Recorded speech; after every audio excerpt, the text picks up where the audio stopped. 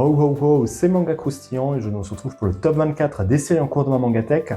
Et pour cette 15e place, on a une série un peu particulière qui est Re:Zero, qui est en version light novel. Donc c'est le seul light novel qu'il y aura dans cette sélection. J'avais quand même envie d'en parler malgré qu'il n'y ait plus forcément trop de tomes depuis un moment à cause de l'éditeur qui a publié à un rythme très très lent. On est à 16 tomes en France et 42 au Japon, sachant que la série est encore en cours. Je vous laisse un peu deviner l'envergure qui nous attend encore si vraiment on veut essayer de rattraper le rythme japonais. De quoi ça parle? En gros, on est sur un isekai avec un jeune garçon japonais qui s'appelle Subaru Natsuki qui va être transporté dans un monde un peu de fantasy, qui va se retrouver dans une ville qu'il connaît pas forcément trop. Il va faire la rencontre d'une jeune fille qui s'appelle Emilia ici, qui a perdu un pendentif un peu particulier. Il va essayer d'aider à la retrouver. Petit twist, Subaru, alors c'est quasiment les premières pages, et c'est un peu le délire aussi du titre, voilà, revivre en partant de zéro, parce qu'en gros Subaru va mourir régulièrement, mais il aura une faculté spéciale qui lui permet de revenir à certains moments du passé, comme avec des checkpoints. En gros, il a des checkpoints à certains moments précis qui ne définit pas forcément trop, en tout cas pour moi il ne définit pas, à l'avenir ce sera le cas. Il définit pas les moments, mais en gros, il revient, il essaie de se dire, ok, attends, là, j'étais mort, ça veut dire que ce personnage ou cet événement, il faut que j'essaie de le voir un peu différemment, il faut que j'essaie de voir comment est-ce que je peux le contrer ou essayer d'avoir des alliés. Et on va suivre un peu l'aventure de Natsuki qui va essayer d'avancer un petit peu dans son périple, d'aider aussi Emilia à déjà récupérer son pendentif dans le premier tome et au fur et à mesure un peu s'allier avec elle pour essayer voilà, de la faire monter sur le trône. Je ne vais pas forcément trop développer parce que c'est une série qui se lit et qui s'apprécie quand même pas mal, mais il se passe vraiment beaucoup d'événements. Pourquoi est-ce qu'elle est dans mon top, malgré que que la série soit encore en pause, enfin soit en pause, soit un rythme de sortie assez lent.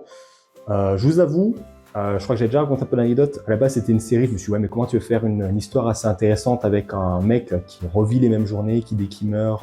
il revient à une sorte de checkpoint, il refait les mêmes événements. Qu'est-ce que j'ai eu tort? Mais sûrement j'ai donné une chance à l'animé. J'ai adoré les premiers épisodes. T'as toujours de la tension, t'as des trucs qui se passent. T'as même des fois des conséquences aussi un peu, genre un peu plus tard, tu fais référence à des choses qui s'étaient passées, ça te sort des fois des foreshadowing ou même des trucs, des événements un peu liés au temps, parce que ouais, clairement, le fait de mourir, ça a aussi des conséquences déjà sur le mental un peu de Subaru, et même sur l'entourage, parce que lui, du coup, il connaît des choses, mais les gens ne le connaissent pas forcément trop. Donc voilà, il s'allie, un petit exemple, par exemple, au début, il s'allie un petit peu à Emilia, il commence à l'apprécier un petit à petit, et dès qu'il meurt, Emilia se souvient absolument pas de lui, elle le connaît absolument pas, et lui a déjà un peu un affect, il la connaît déjà un peu, donc il essaie d'être un peu plus, il n'a pas vraiment la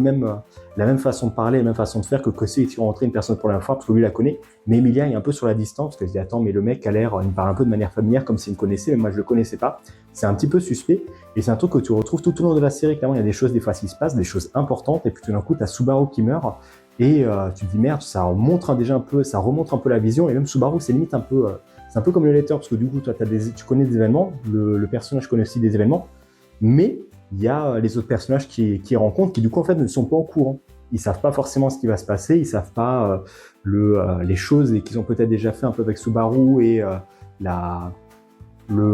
confiance qu'ils lui ont attribuée à certains moments. Pourtant, tu as quand même encore des choses qui se construisent et tu as des choses qui se mettent bien en place. Et ce que j'aime avec le récit, c'est clairement, il essaye quand même, il y a peut-être des erreurs, effectivement, quand tu fais des récits qui remontent dans le temps, tu as toujours des fois des petites incohérences et tout ça. Mais je ne vais pas dire qu'il n'y en a pas dans Re:Zero, mais clairement, c'est des choses très très minimes ou des choses que tu ne remarques pas forcément ou qui sont vraiment très mises en avant. Ou alors, quand c'est fait de manière très intelligente, genre on te dit, attends, bon, je vais vite fait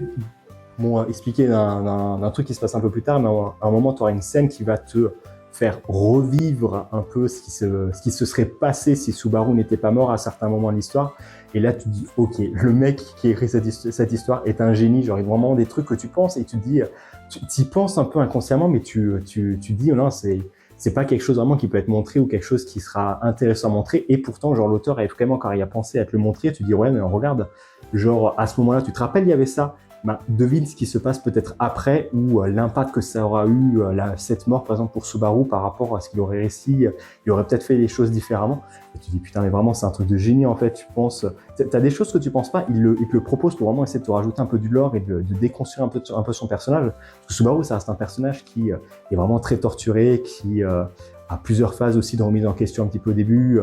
qui essaie de faire confiance à des personnes, qui se fait trahir des fois, mais qui n'est pas forcément trop naïf non plus. Le personnage arrive un peu à réfléchir, mais il est très très faible, il n'a quasiment pas de force physique, le nid de force un peu magique. Sa seule qualité, c'est de pouvoir revivre, essayer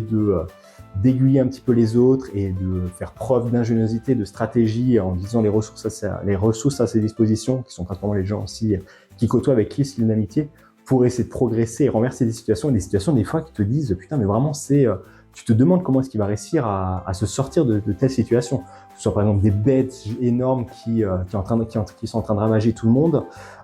les tueuses, voilà, tome 1, on a la personne qui tue, qui est du Subaru, au début quand tu dis attends mais en vrai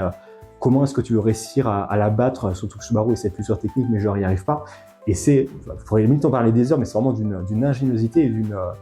d'un récit très très rare qui est clairement, plus tu lis, plus t'es hypé. Je pense notamment voilà, à l'arc de la saison 2 ou aux alentours du tome 10, il se passe mais un arc, à chaque page, tu te dis mais vraiment il y a des trucs qui se rajoutent, qui te développent le lore, tu te dis mais vraiment, t'as vraiment une profondeur quasiment infinie, j'ai envie de te dire, sur le lore, tant t'as des trucs encore à raconter, et l'auteur a l'air de quasiment tout avoir écrit en plus à l'avance, ou en train de se dire ok, ça je le dis là, mais ça aura peut-être un impact un peu plus tard. Mais ouais, clairement, je pense que vous l'aurez compris, mais c'est clairement l'une des séries que je préfère. Elle se classe peut-être un peu bas parce que voilà, ça reste un light novel, donc c'est souvent un petit peu long à lire. J'ai aussi pas mal de souvenirs un peu de l'animé, mais j'ai aussi le light novel qui regorge aussi d'informations assez intéressantes et même des fois un peu plus développées, je trouve. Mais ouais, clairement, je pense même, il serait peut-être dans mon top. Là, c'est dans mon top de séries en cours, mais je pense dans mon top de séries tout court. Et il apparaîtrait en tout cas, je pense, dans le top 10. Il serait pas 10e. C'est pas premier non plus, mais en tout cas, il serait pas 10e. Et toi, t'en penses quoi?